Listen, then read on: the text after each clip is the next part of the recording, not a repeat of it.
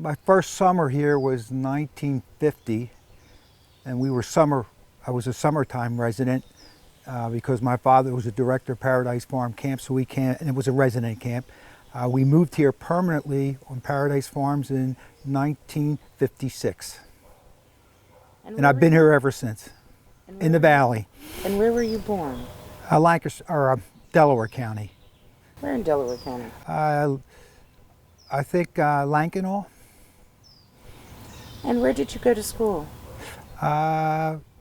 Copeland School, two-room schoolhouse, East Bradford Elementary School, then Westchester Joint Junior Senior High, which then became Henderson High School. My first school experience in East Bradford was going to Copeland School, which at the time was a first and second grade school classes. There was Mrs. Reed was the full-time teacher, and Mrs. Hawes was the second grade teacher, but she only stayed for half a day. And then we combined in the afternoon and did afternoon activities. The following year they built East Bradford Elementary School, and of course that was a modern school. And from there, we went to, the kids in East Bradford then went to Henderson High School in Westchester.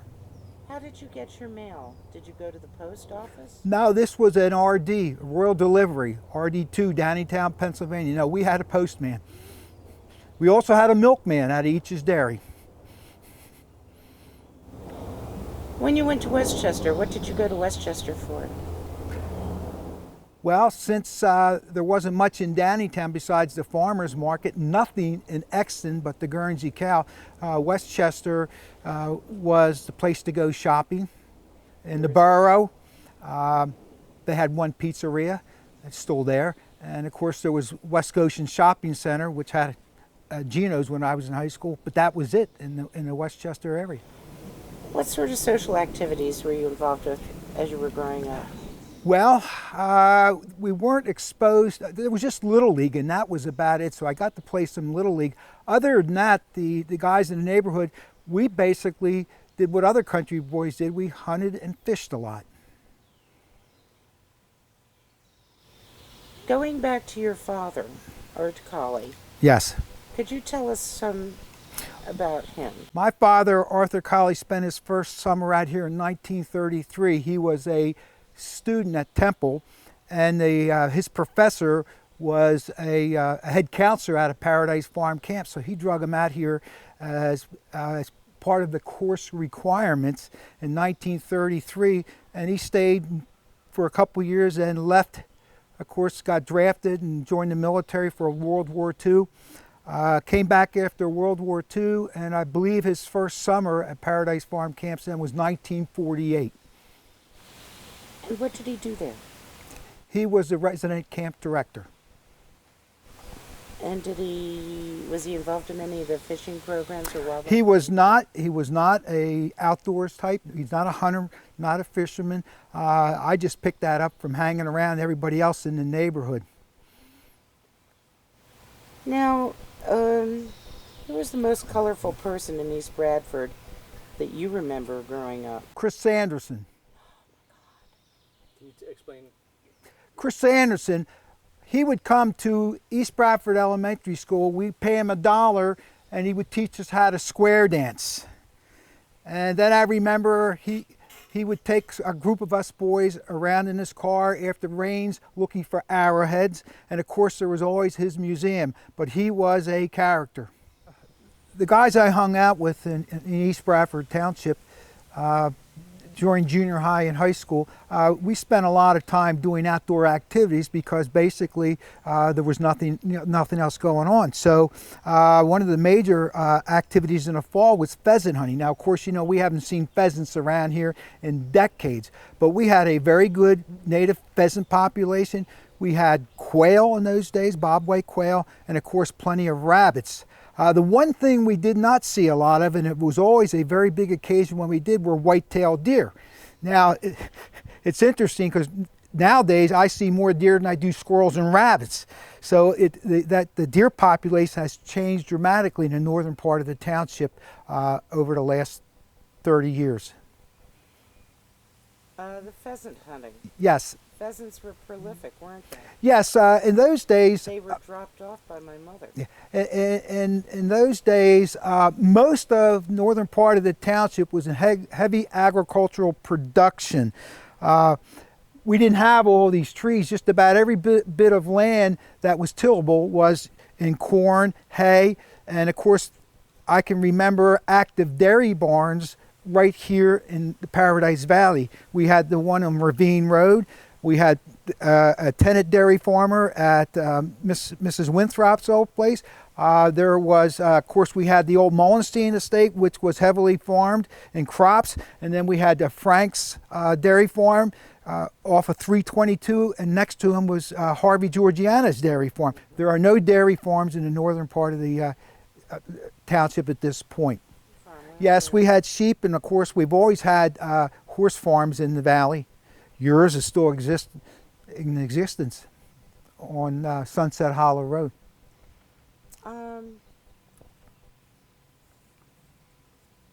As you grew up and you taught in the Westchester schools. Yeah, my teaching experience started in the Conewaga Valley School District after I graduated from Westchester University, and that's a school district right near Gettysburg, Pennsylvania. I was there 2 years. They built East High School, and they hired me to come out and teach at East High School and coach. And so I spent 33 years at Westchester East High School. So, how long have you been in this particular location? Where I'm sitting right now, this is our 16th year here. And where did you live before this? Paradise Farm Camps. Okay. I was a second generation director for a number of years. And since you've been an adult and living here, how have you seen the township metamorphose? How have you seen the changes? Well, actually, besides the loss of a lot of agricultural land, and I'm not saying that it was developed, a lot of it's regenerated back into forest and scrub. I would say that Paradise Valley has changed very little since I've been here. I mean, I can drive down Valley Creek Road, and it's the same houses that have been here since I've been a kid. Any development, with a few exceptions, are out of sight up on behind the hills. The big difference is that when I was a youngster, I could stand on Ravine Road Bridge. I could look all the way down because there was no vegetation in the valley. It was all pasture land. I could see Smith's Bridge Road. Now you can't do that anymore because of the mitigated wetlands and all the trees. So it has changed to the fact that there's much more trees and growth than there was back in the 50s and early 60s. As things have metamorphosed, you've gotten into agricultural pursuits yourself with your grapevines. Well, the vineyard located to my left is actually my brother's vineyard. He has approximately 1 acre, maybe 5 or 6 different varieties, probably about 700 vines. The only thing I have to do with it, I have to mow it for him. Mow it and mulch it. No, there's no mulch, it's just mowing. And then I picked up a hobby of growing tomatoes. I have 57 tomato plants out there, and we process them into sauce and freeze it. That's neat. If I can't eat it, I generally don't grow it. And what is your economic outlet for your grapes? Do you sell them to vineyards? Or? No, my brother has it as a contract. He has somebody managing it for him. I see. Yes. So it's not. Of course, he's had a critter problem. As you can see, he had to put bird netting because when the grapes are ripe, the birds will come in and they'd pick it. Then, of course, we have the deer problem. They even with the netting around the vineyard last year, they get their noses and go underneath, and they destroyed most of the crop last year. This year, he put up a 6-foot fence that he was told that the deer won't jump over, and they can't lift it up because it's staked into the ground. So he's giving it another go. Way to go, Bruce. Now, if there is any place in the whole wide world that you would retire to, where would you go? I am retired, and it's right here. I was asked about what kind of events occurred in the township. And 4th of July was always fun. And the fact of the matter is, the only, until Paradise Farm started their own fireworks program, the only place that really had a large fireworks program was the old Lenape Park. And of course, in those days, we would sit up on the hill and we would be able to see the fireworks from, even though it was all the way, we could hear them also from Lenape Park. And so that was a big occurrence because nobody else did the fireworks program at the time. Another interesting aspect of the township is I can remember the trolley bed. Actually, I remember it starting I had relatives that lived in Marple, Newtown, Delaware County, and the trolley used to run right along Route 3. And growing up, Route 3 was just a 2-lane highway with nothing between Marple, Newtown, and Westchester. And there was a trolley bed that paralleled until they widened it. And the bridges, you can still see some of the bridge abutments still there. But coming into East Bradford Township, there was a steel bridge where the trolley crossed the Valley Creek right there across from the Pico substation. And of course, one of the houses there in Bradford Hills was the old trolley station. And then of course it went and followed the Brandywine through the cuts and up into Downingtown. And of course that is the primary area where the trail system now along the Brandywine is, on the old trolley bed. What land acquisitions maybe 30, 40, 50, 60 years ago now has ended up having a huge impact on East Bradford Township? And I would say one of the most important land acquisitions was when Paradise Farm Camps, or Children's Country Week Association, which is the operating factor, purchased the Bergdahl estate on Scap Level Road. That estate was approximately 250 acres. It was an abandoned summer home of Grover Bergdahl, who was the first American ever put in prison for draft evasion during World War I. It's a long, interesting story. But in approximately 1947, he left the Bergdahl estate, just packed up and left. And of course then for decades it became abandoned. It was heavily vandalized. And then Paradise Farm purchased it in about 1959, 1960, which doubled the size of the camp to about almost a square mile now. And fortunately, several years ago, maybe the Paradise Farm Camp put all that property in conservation easement. So there's a huge chunk of land that could have been a housing development. And of course, with the Harmony Hill Nature Area is also part of the township park system. We have a huge a chunk of land, uninterrupted, I would call it, for wilderness area.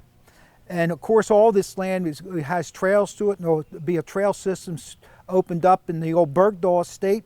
And so all of that area is a great recreation area, and primarily because of the purchase of the Bergdahl estate and by Paradise Farm Camps. Now, isn't a part of that the old Sunoco property? The old Sunoco property is on the north side of West side of Scapa. Yeah, west side of Scap Level Road. Now, as a youngster, I remember rooting around up there because it was a dump. East Bradford, I had a township dump, and you were allowed to go up on weekends, dump your trash. And of course, there was a guy up there that was constantly burning and stunk.